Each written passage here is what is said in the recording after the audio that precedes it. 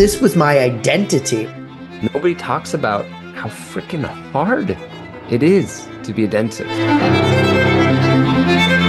What most people talk about is how this affects the patient. What nobody talks about is how this affects us. Dentistry is ready for this. Now is really the time. Well, happy new year and welcome to Wellness and Dentistry. We are now officially 7 days into 2026. Can you believe that? We both sincerely hope you had a great holiday season and started the new year in whatever way speaks to you. And we're going to be talking about the new year today. We're going to be talking about three areas that can help you live, shall we say, your best life holistically. So I'm joined by my dear friend and co-host, Dr. Kyle Stanley, who's a dentist, tech entrepreneur, speaker, and researcher. And my name is Dr. Martin Mendelson. I'm a disabled dentist, coach, speaker, and author. And my first book, One Move Makes All the Difference, is available wherever books are sold. And together, we've helped thousands of dental professionals pursue wellness and dentistry. And if you're unfamiliar with us, we invite you to check out our respective links, websites, and course offerings on our combined website, wellnessanddentistry.com. So, Kyle, Happy New Year to you, my friend. Happy New Year to you. 2026 is here. Yes. And let's talk about some tips or ideas or self-awareness that we can bring to our listeners on how to make this the best year so far. Yeah. And let's start with business because money talks. Yep.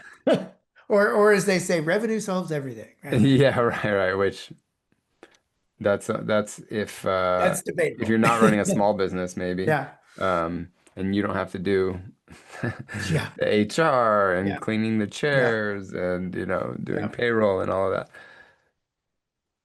You have to know some numbers. Yep. Okay. You don't have to be a business wizard, but you do have to know some numbers. And these numbers are really self-awareness driven. Mm-hmm.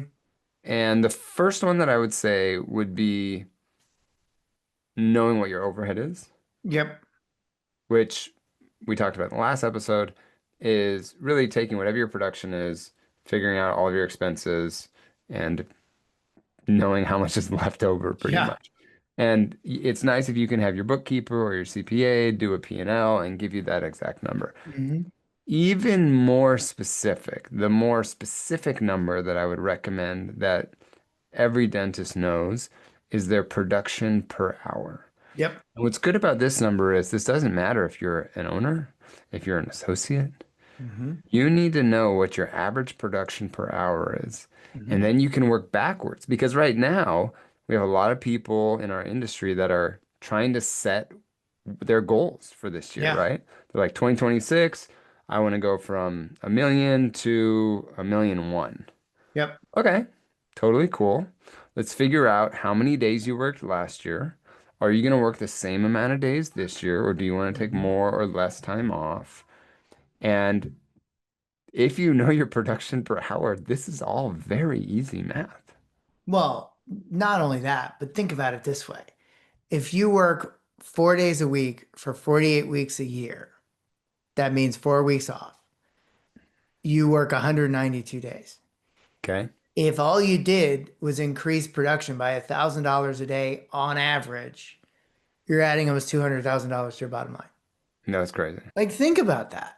Hmm. And that's what I saw at Spear all those years working with specialists. Like, there are small levers we can pull that are small on the average daily that then add up to massive gains at Yeah. quarter end and year end. It's Yep. unbelievable. Math is math, and it can truly be your friend. And I love what you said, production per hour, and then I would also look at your procedure mix. Like, where is that production per hour coming from? And Oh, yeah, that's a and good point. do you like, and we talked about this last episode, do you like the stuff that's driving your revenue, or is there ways that you can shift things if you have that control to be doing more of the stuff you like while also being cognizant of how that's going to impact you financially? And what I would say to expand on what Martin just mentioned is if you are just intentional about things, Hmm. it's funny how things just kind of fall into place. Yeah. Now, I don't want to sound too woo-woo about this, but if you just have this intention of, I would like to do more implants in my practice, or I would like to do more extractions, or I would Mhm. like to do this, you start to see more, you Yeah, start to talk to patients more, you're more invigorated about this, so your case totally. acceptance will go up. Your your team knows that, oh, Dr. Hmm. Stanley is really looking to do more extractions. Like, Hmm. oh yeah. I mean, of course, doing it in an ethical way and not extracting teeth that don't Yeah, need to be extracted, of yeah, course. yeah, I hope I don't even have to say that. But when you make a decision that I want to do more of this, it's funny how so much of that falls into place. yeah. And I remember this happened with me with speaking. Was I was a few years into speaking. I was out of school just a few years, but I was already speaking a good amount. And I remember saying, I kind of like this stuff. I'm gonna really be intentional about making Hmm. this a priority. So when I talked to people and they asked me how work was, I would mention not only my practice, but speaking. And Exactly. then when I was meeting with companies and I would talk about Hmm. speaking. And on my Instagram, I put that I was a speaker, right? Yep, And it's funny how it kind of rolled into doing more and more and getting yep. paid more and more invitations. But it was that intentionality. Yeah, yeah, and it also didn't happen overnight, right? So No, no, it no, it, no. it But built like you over were time. saying, Yeah. it was 1% compounded. Yes. Yes. And it's funny with And this. I want to point out something else, Mhm. which is, you start out by saying, I hope this doesn't sound too woo-woo, but what you described was actually connecting the dots. You described the intention, or some people call it the manifestation, with the action. So you were talking to patients more about given procedures. You were mentioning speaking. For those of you that know me, I carry around these mindset medallions everywhere I've I got go. mine here somewhere. Everywhere I go. And so, there's an intention around, or a manifestation, that I want to have a book that gets into many people's hands as possible to help them. But my action is specific and in doing something. And I think that's the big thing, because hope is not a plan, Yeah. but you can't have a plan without hope. Ooh, I like that. That's cool. That's kind of cool. Write that down. Yeah, no, that's exactly right. And it's funny, Yeah. I didn't even give myself credit Yeah. enough for Yeah. that, Which you you need know? to. Yeah. Yeah. Yeah. And that's how it is. So if you want to make more money, first tell yourself, my goal Yeah. is to make more money. If you want Hmm. more time off, tell yourself that. Write it down. Tell other Yeah. people about it. And that will lead to you doing whatever you put that intention Totally. forward with. And what I was saying was that 1%, how that can add up. I'm actually doing this investment stuff with the stock market, and they're getting 1% per week. Mhm. And I was thinking, oh, 1% per week. Okay, so that's like 52% a year. Like, wow, that's amazing, But it's not because it's compounded. So I think it's something like 68% Yeah, yeah, a year, right? And yeah, that's how your personal life can be as well.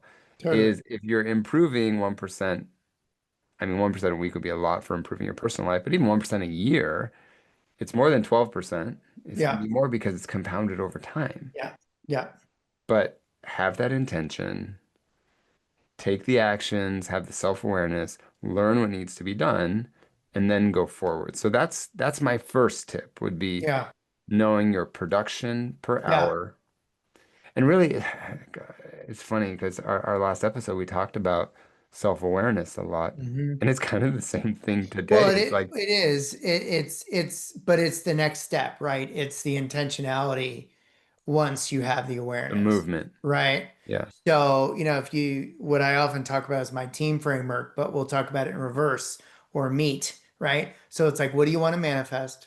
What action is going to need to be taken to satisfy or create that manifestation? What emotion do you have to support the action? And what thought do you need to have to give the emotion hope? Hmm. And so it's a pattern, or a framework that you can utilize no matter what it is you're looking to do. Yeah. So with growing your business, the first step is having the self-awareness of what is happening in your business. Yeah, What yeah. is it? What are you producing per day? What are you producing per hour? Which procedures do you enjoy and not doing? Hmm. Hmm. Do you enjoy and do you not enjoy Yeah, doing? and then being intentional and having the steps to go forward. Yeah. And I'll put it another way. I want to grow my practice. Great. From where to where, based on from where. Yeah. Yeah. And what's another tip that we can give for this year? How to make this the best year ever? Well, I'm gonna tip my hat to you, which is, dentistry is what you do, not who you are.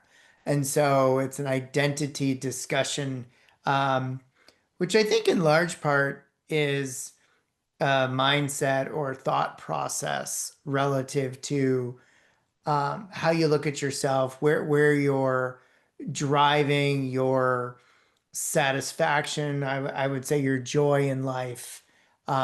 Is it only dentistry? Yes or no? What other areas are you gleaning that joy from? How else do you identify? I'm a great, spouse, I'm a great father, I'm a great son or daughter.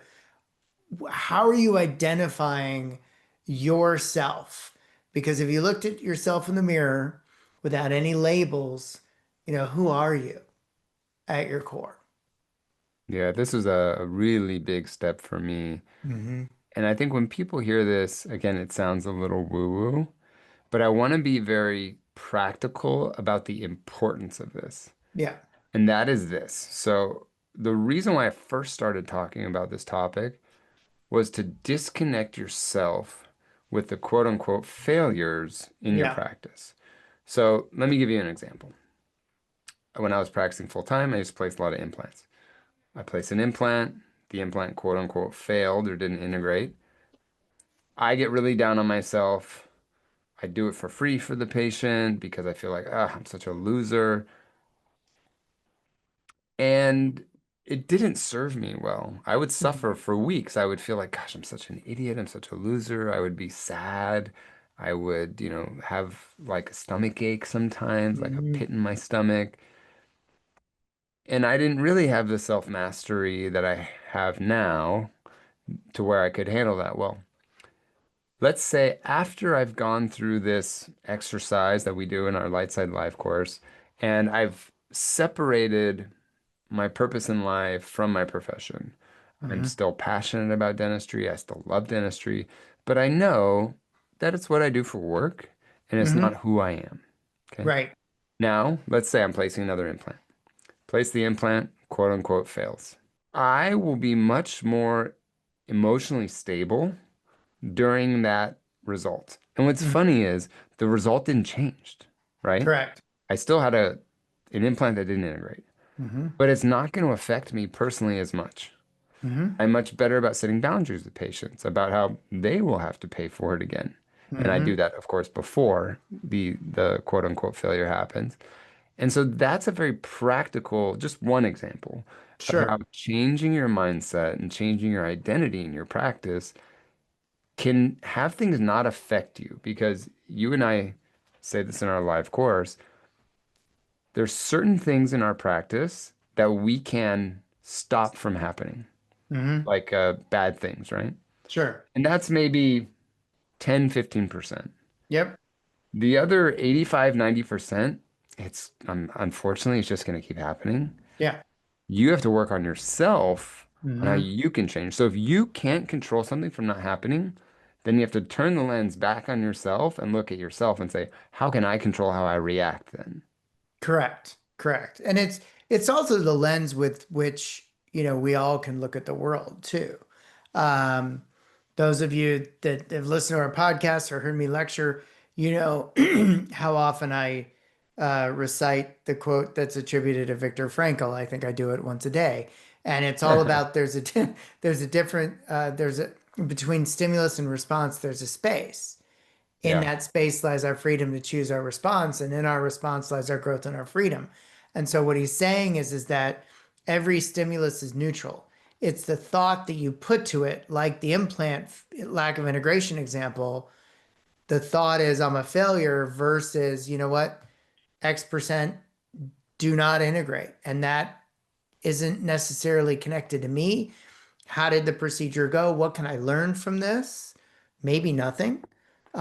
And what can I do next time to reduce this from happening? Maybe nothing. but that's a productive thought process versus I'm an idiot and I'm a failure. Yeah. It's that old proverb I just heard on a podcast today that I've told you about before, which is like there's a guy that falls off a horse Hmm. and or no, his horse runs away, I think is Yeah, how it starts. yeah, And someone goes, "Oh man, what a shame, right? yeah. How terrible." And he goes, Hmm. Well, we'll see." Then the Hmm. horse comes back. And everyone goes, Hmm. "Oh my gosh, how amazing your horse came back." And he goes, We'll see." And then he's on the horse, he falls and breaks his leg. And everyone goes, "Oh my gosh, how terrible. You have such bad luck." And he goes, Hmm. We'll Hmm. see." Then there's a war happening, and all the men have to go into military. And everyone says, "Oh, how lucky you are to not have to go, right?" Hmm. And Hmm. he goes, "We'll see, right?" And it's it's like you don't it's hard to tell if something is neutral, positive, negative. Yeah, And I love that for that example you were giving is really everything is neutral. It's yeah, how you control it and what happens afterwards. yeah. The other thing, I never thought about this before, but I talk about this in my lectures relative to identity, and I surveyed a number of years ago. I should do this again. About 1,000 dental professionals. So there was all not just the clinicians; it was everybody in the practice. 94.7% of them used a label to describe what they did. Dentist, hygienist, assistant. So I would actually challenge you all when you meet new people and they say, "What do you do for a living?" Come up with either why you do it or how you do it versus the label. In other words, I help people get their smiles back. I help people get their confidence back. Yeah. I'm a smile maker. I mean, whatever you Mhm. want to do versus the label dentist, because when we continue to use the label, it has an impact on us by connecting us to the profession, us to the label, and all Yeah, it the reinforces that yeah, that neural connection, yeah, right? yeah, I yeah, am Kyle the dentist. I am Kyle the dentist. yeah. And It's I like, no, think, I'm Kyle the smile maker. yeah. And with professions that take a long time to complete, Hmm. just like ours, right? You have to go Yeah. to college and to dental school and to residency Hmm. sometimes, and then you're an associate, and you're doing 8, 10, 12, 15, 20 years to where you Yep. get to feel like you're finally there. Yep. And over those decades, it's just been beat into you that this is who you are, Yep. which is why it's so difficult for most of us dental professionals to separate that. Well, yeah. But what Yeah. I we mean, found is when you have that separation, you feel a sense of freedom. well, and it yes, and it also depends because if you have the separation like what happened to me because it was forced because I had problems with my hand, then that's a whole nother ball of wax. So, my passion around this second talking point is very it's experiential. And Yeah. so when you connect your value to the fact that you have this label of dentist, gosh, forbid that gets ripped away from you, then you're stuck with the now what type of thought process, which is not a very great place to be. With your experience, and for anybody who doesn't know, Martin had a debilitating um, surgery and pain that Hmm. led him to not be able to practice in his dominant hand. Do you think if you had made this separation between your profession and your purpose in life, and you still had the challenges that you had, do you think it would have had an easier transition? I think so because the reason why I'm pausing is because I was thinking about the time frame versus the times we live in today. So the reason why I'm thinking about that is when I became disabled from practice, it was 2003. So just to put this into perspective, the iPhone came out in 2007. Yeah. So it was harder to find information, to find people, to find contacts, to make contact back then than it ever is today. Yeah. So I think that to answer your question, yes, it would have been easier. I likely would have been more productive because I would have been in a different mindset place and maybe Hmm. would have even found my next step sooner because of having a different mindset around it. because you would have been able to pivot faster and not Yeah, I think so. dwell on Yeah, your emotion, I think right? so. Okay, so we talked about knowing your numbers, Yeah. having the self-awareness from a business standpoint. We talked about the mindset shift Hmm. of knowing that your profession is what you do for work and not who you are. Hmm. Hmm. And what is our third topic for today? Treating your body like a vessel that has carried you this far and needs to carry you to the finish line, whenever that is for all of us. Um, really understanding that we are not invincible. We can't keep going. Ironically enough, it goes right back to self-awareness again, like for feeling tired, rest. If you're feeling hungry, eat, that kind of thing. Hmm. But really understanding that yes, it is important to get good sleep on a regular basis and to eat well and to move your body because what we do for those that are engaged in clinical dentistry, uh, we all know how taxing that is on the mind and body. So we can't just take it for granted. We need to celebrate the fact that our bodies have carried us this far and do whatever we can to have it help us go the extra mile.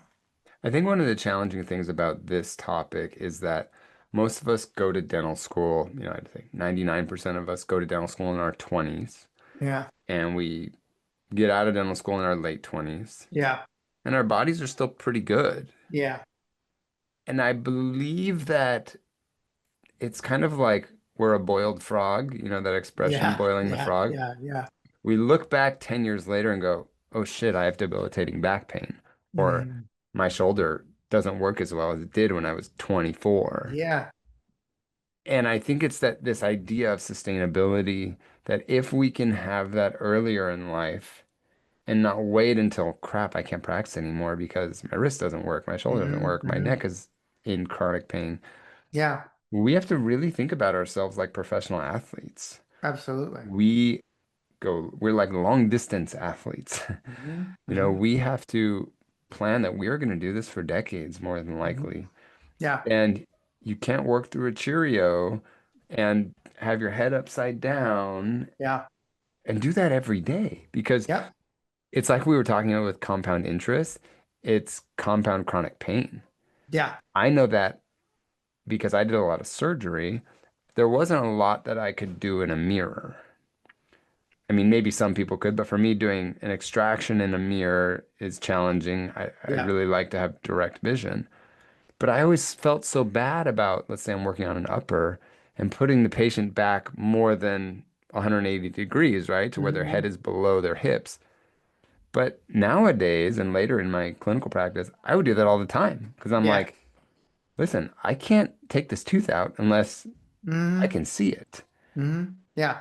But it's like you do that, oh, I'm just gonna suffer and turn my neck and head this way. I'm just gonna do it for this patient just today. Yep. Yep. But then, oh, that's 5 patients a week. Correct. This is 20 patients a month. I mean, this Hmm. can be 200, Yep. 220 patients a year that you're doing Yep. this.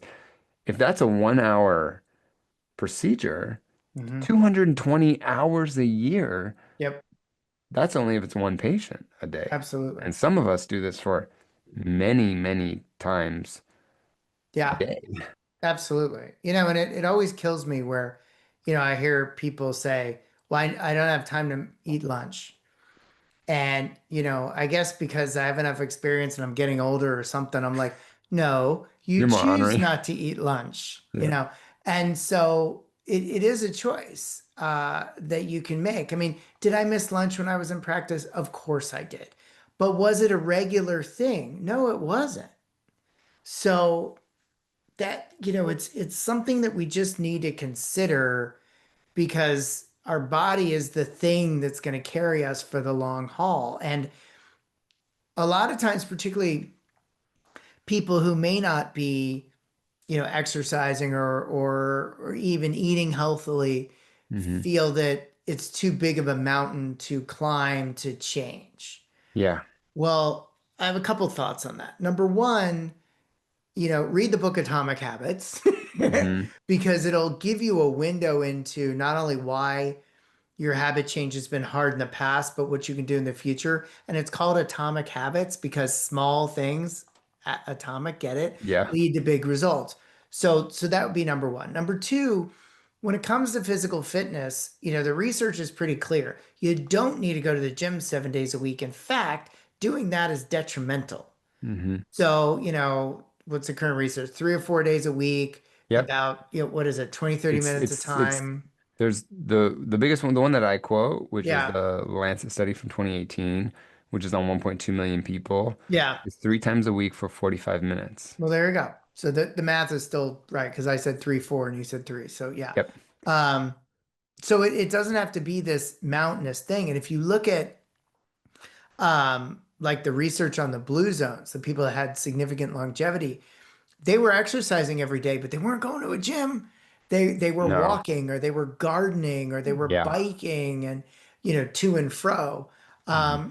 So all exercise is exercise, which includes walking, which includes, Yeah. gardening because you're lifting, et cetera, et cetera. So Yeah.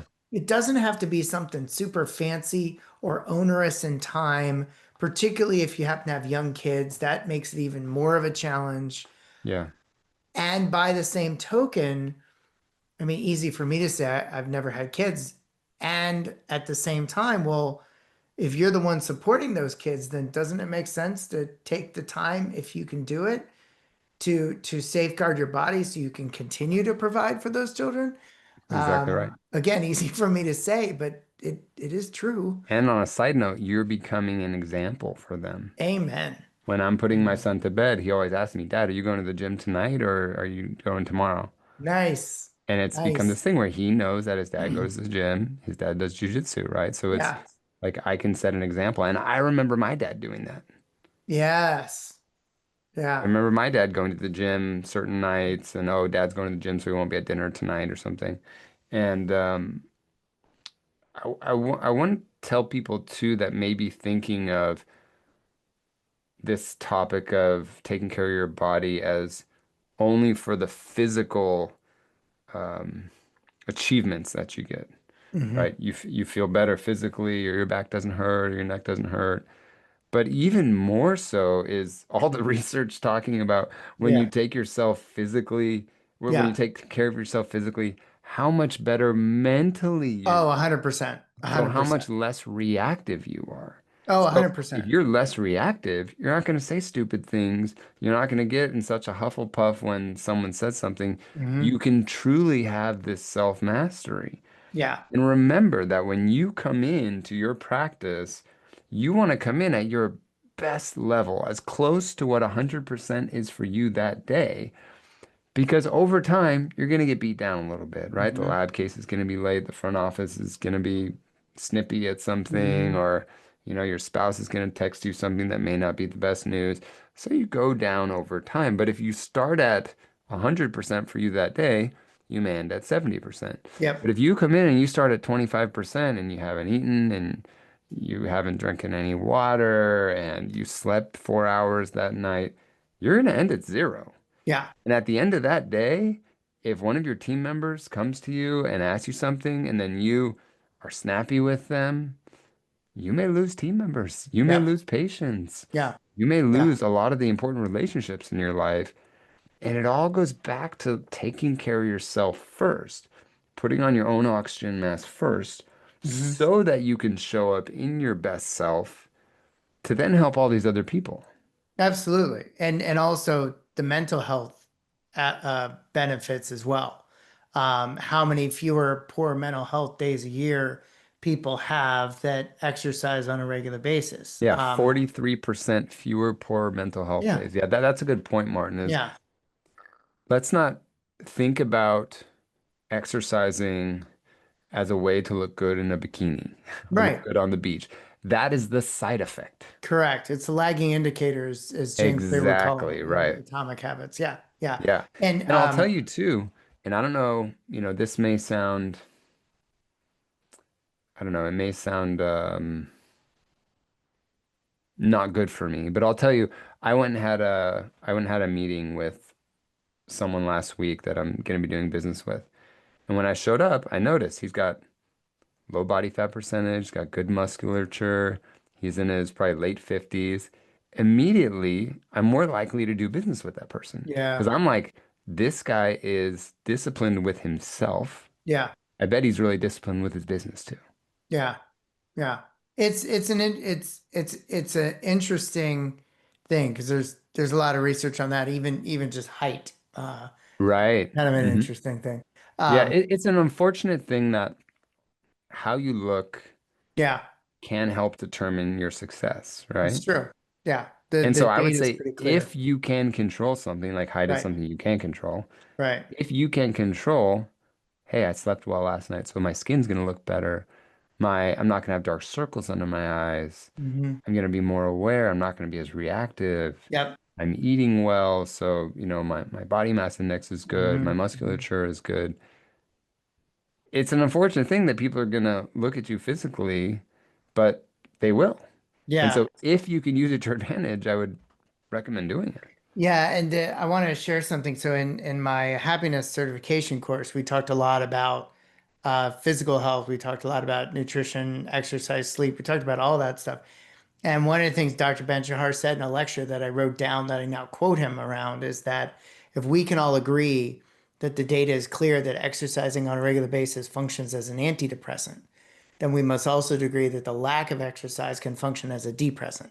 And I Wow. thought, wow, that's that's pretty heavy and true uh, for us to consider, right? Yeah, So it's like free antidepressant yeah, treatment. I guess not it's free like because Prozac in the water. No, I'm just kidding. yes, exactly. Yeah, Well, I think this is a great topic. yeah, We really want everybody to have their best year ever. Martin and I are such proponents of this profession. We know how it can provide an amazing life. We can help a lot of people, but we also know how it can be very challenging and how it yeah, can take away a lot too. yeah. And so take these tips that we've given you, put them to use because they can really, really help you. Make sure to follow us for more that we do. We're going to be announcing our course coming up this spring. Mhm. Maybe next episode we may Yeah. announce it. So stay tuned, and we'll see you guys on the next episode of Wellness and Dentistry. Take care.